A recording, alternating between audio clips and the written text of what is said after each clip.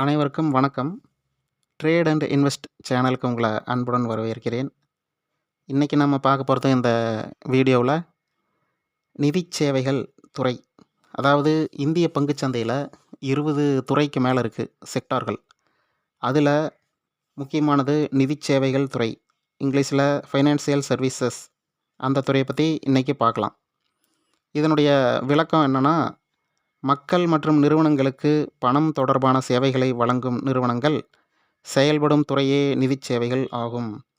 அதாவது மக்களுக்கு personal loan, housing loan கொடுக்கறது, வண்டிக்கு லோன் கொடுக்கறது, இந்த மாதிரி சேவைகள் புரிகிறாங்க. உதாரணமாக பார்க்கணுன்னா, இவங்களுடைய வேலை என்னென்னா, பணம் கடன் கொடுக்கறது, முதலீட்டு சேவைகள் வழங்குறது, காப்பீடு வழங்குறது, இன்சூரன்ஸு, மியூச்சுவல் ஃபண்டு நிர்வகிக்கிறது, பங்குச்சந்தை சேவைகளை வழங்குறது, இவை அனைத்துமே நிதி சேவை துறையில் அடங்கும்.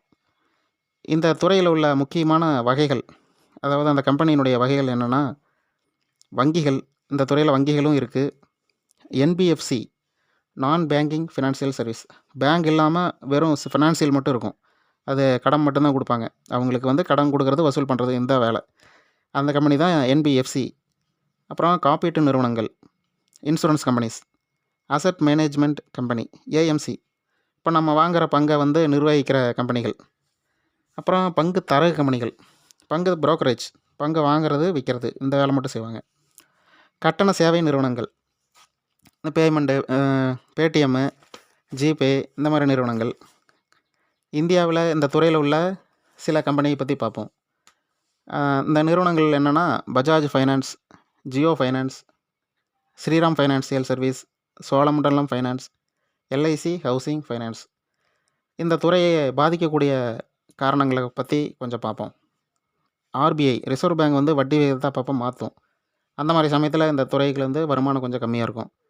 பொருளாதார வளர்ச்சி அதிகமாச்சுன்னா அதிகம் கடன் வாங்க மாட்டாங்க மக்கள்.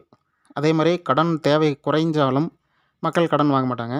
பணவீக்கம் அதிகமானாலும் பணப்புழக்கம் அதிகமாகிடுச்சு, மக்கள் கடன் வாங்க மாட்டாங்க, குறையும், கடன் வாங்குறது குறையும். அப்புறம் அரசின் புதிய நிதி கொள்கைகள். அரசு புதுசாக ஒரு நிதி கொள்கைகள்லாம் அப்பப்போ பட்ஜெட்டில் வெளியிடுவாங்க. அந்த மாதிரி சமயத்தில் இந்த கம்பெனிக்கு கொஞ்சம் பாதிப்பு வரலாம். இந்த மாதிரி துறையை ஆலோசனை செய்யுங்கள். அதாவது இது ஒரு கல்வி நோக்கத்துக்காக தான், அது பங்கு பரிந்துரை கிடையாது. அனைவருக்கும் வணக்கம். இந்த காணொளி பிடிச்சிருந்தா சப்ஸ்கிரைப் பண்ணுங்கள், லைக் பண்ணுங்கள். வணக்கம்.